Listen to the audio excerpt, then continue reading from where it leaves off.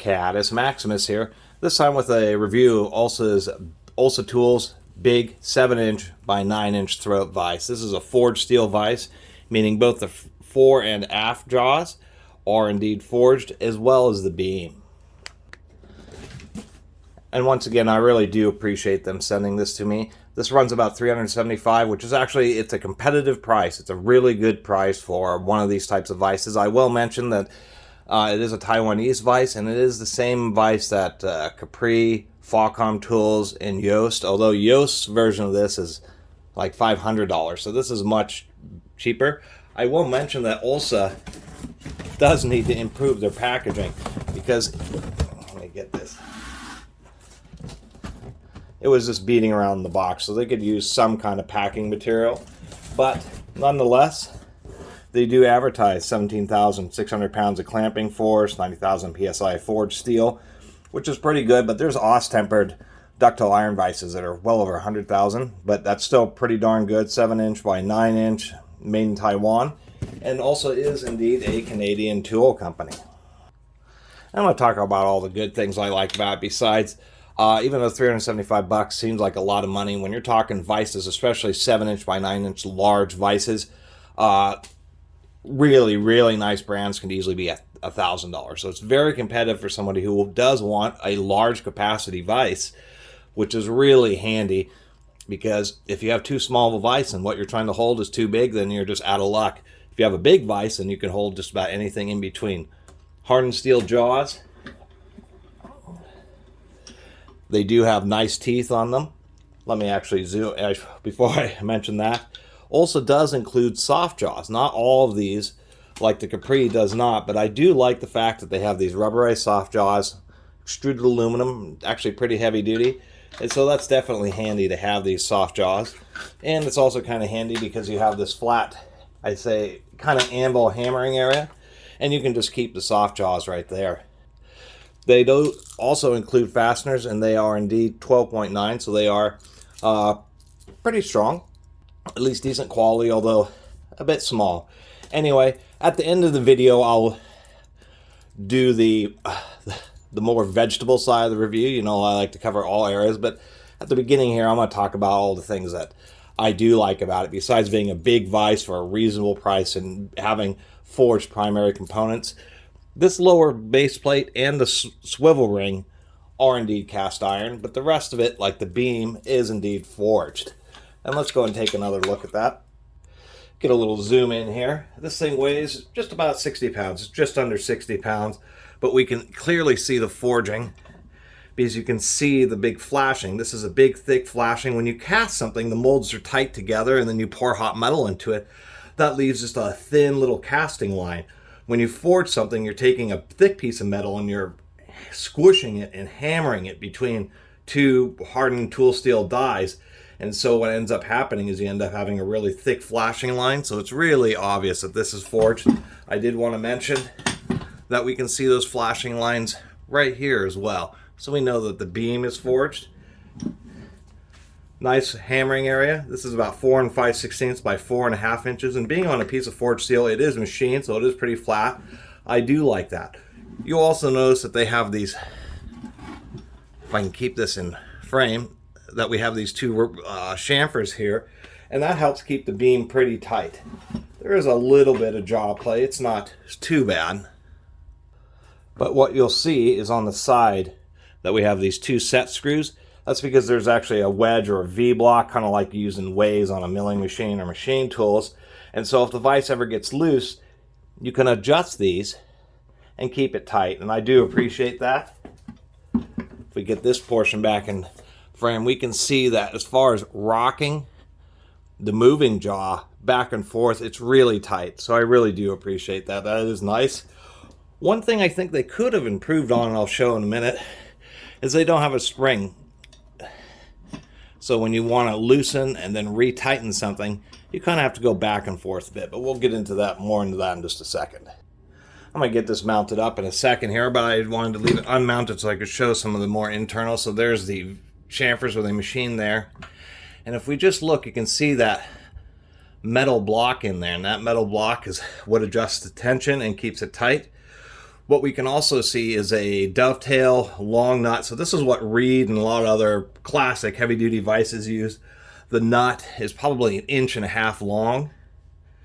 And I don't know if that's actually forged or not. I'm hoping it is. The flashing isn't as defined, but I'm going to assume that the nut is also forged, because it wouldn't make a ton of sense to have all the other primary components be forged and not have the nut be forged.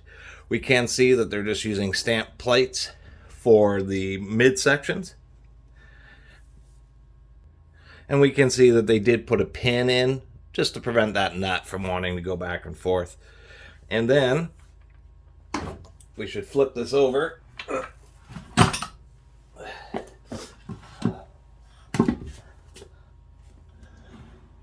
So that you can see there's the bottom ring. It just has these two handles of through bolts. Those bolts are not 12.9. It would be nicer if those were indeed higher strength bolts. But I do like that they're very close to the edge, which will help prevent this plate from getting deformed. If you do any kind of heavy-duty hammering, this plate is usually what ends up giving you trouble. But these bolts are easily replaced, although they could be larger. Anyway, I'm going to go ahead and mount this up so it's easier for me to go at some of the other things. We can see that it does have a tongue support, although it is hollowed out. It's not solid. It's pretty good, but they could have left that solid so it'd just be a bit stronger and a bit more rigid.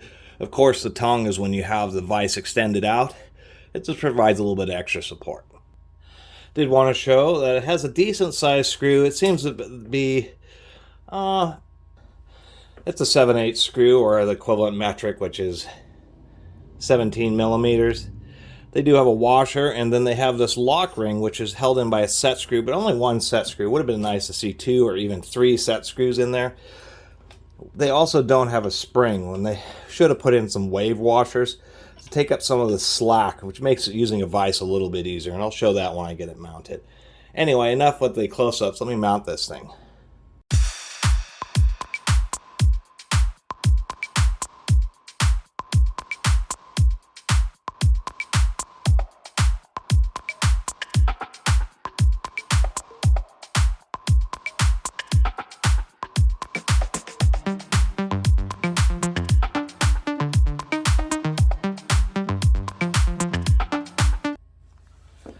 Here we are. We indeed do have a 9-inch opening. I will mention that's at the very extent. We can see that the bar is sucked in kind of deep. It's still fully engaged with its dovetail, but it's like right at the end. So this is indeed a true 9-inch vise. And as hard as it is to justify expensive vices, for this size, this is not expensive. This is actually a pretty good deal for a Taiwanese forged steel vise. I will mention, though, we'll get into that in a little bit. Having a bigger vise, if you're going to justify the cost, is better, because you simply have the capacity to do so much more work.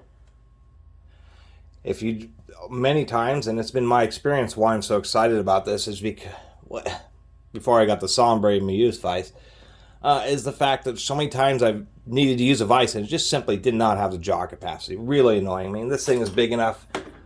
I mean, I can put in this entire impact wrench in there. Pretty big deal. It does operate pretty smoothly. And I should do a little test here of jaw parallelism. Let me run this in. Probably the only negative side about large jaw capacities is you spend a lot of time messing around with the handle. But as far as parallelism, I should mention that. It's actually pretty good on this vise. Some people mentioned they had troubles, but on this, I'll even tilt it. Hard to review vices because they are this big and bulky, but we do have good parallelism on the jaws. I want to do this by hand because it's easier, but we do have pipe jaws in there too. I do like them. They are removable, which is kind of nice. Nice teeth on them. And it's always handy to have a vise with pipe jaws. Although it would be nice if they're a lot larger, that would be handy. And I'm going to show you one thing which does kind of annoy me just a little bit about the pipe jaws, although they're doing it to protect the jaws.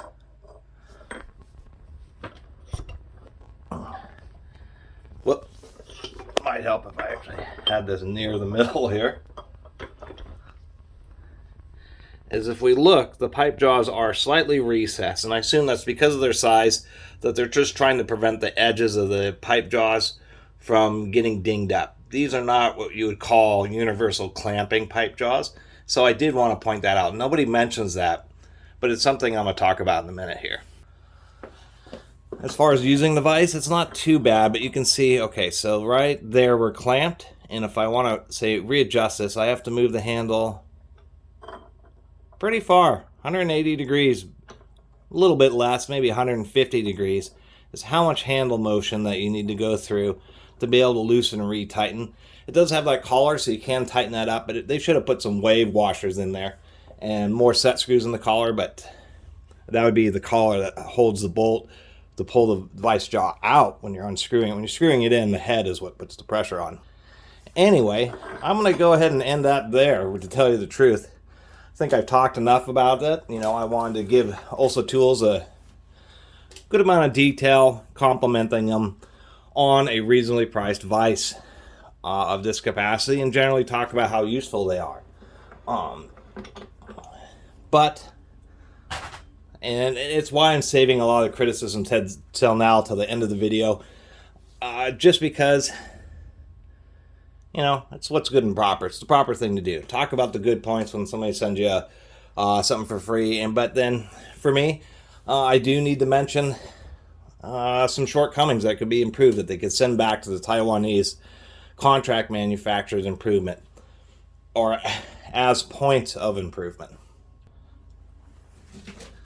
The first point is, of course, what I was mentioning earlier, 17,600 pounds of clamping force. That's 9 tons, almost 9 tons of clamping force, which is really pretty awesome. However, on their website for this one, they're 9,900 pounds. We can see here on the 7-inch version, 9,900 pounds. So they should clear up that discrepancy, because that's a difference. It's the difference between 5 tons of clamping force or 9 tons of clamping force. They could do feedback for better, for quality of the weld. We can see that it isn't filled out real well right here.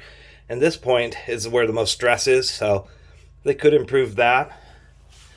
The welds are pretty deep, and most part I think they're just as strong as any other part of this vise.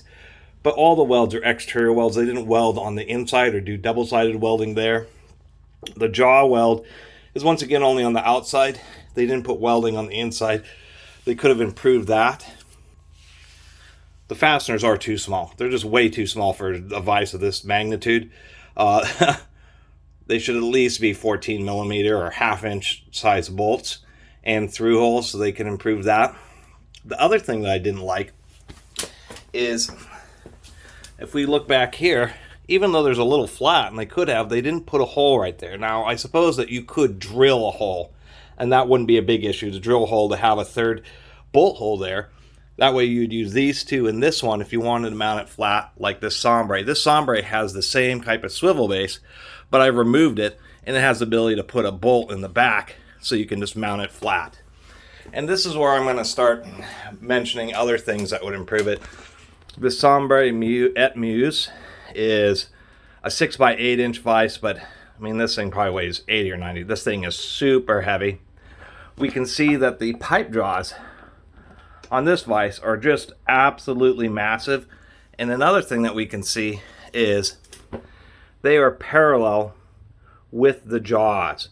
So if you're clamping something tall, these pipe jaws act as just additional clamping area, really holding it super tight. The sombre also has a preloaded lead screw. And so what that means, and it's a pretty big deal, if I have something in here that I need to get adjusted, you can want to watch the handle.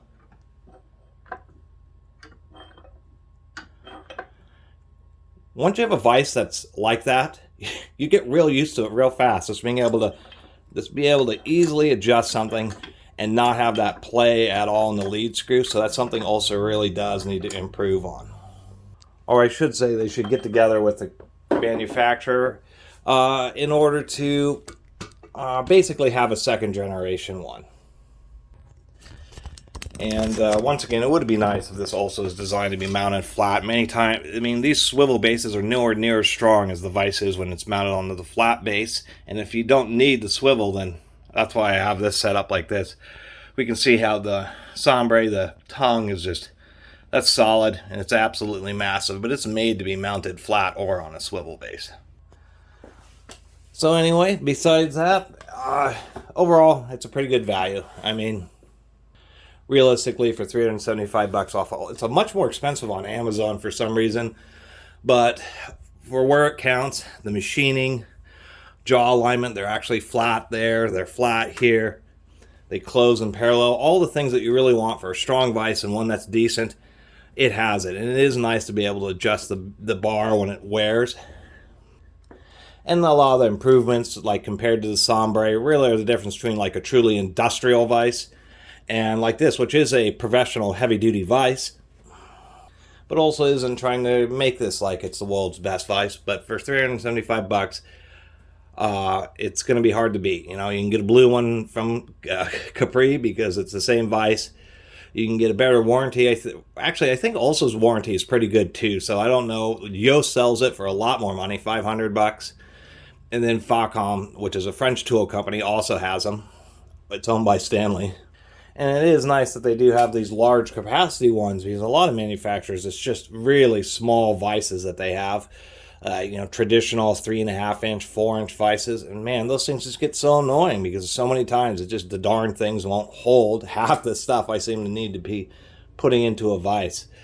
So a 9-inch with a 7-inch jaws just gives you everything you need. And to tell you the truth, whoa, there we go.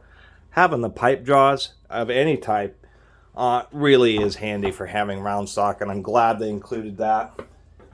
And I'm glad that they included these soft jaws, which is a really nice touch. I think Ulsa is one of the only ones that includes the soft jaws.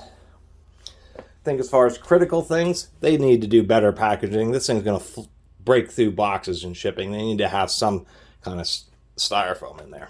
Anyway, I really appreciate everybody who's been watching and subscribing. If you haven't subscribed, please do.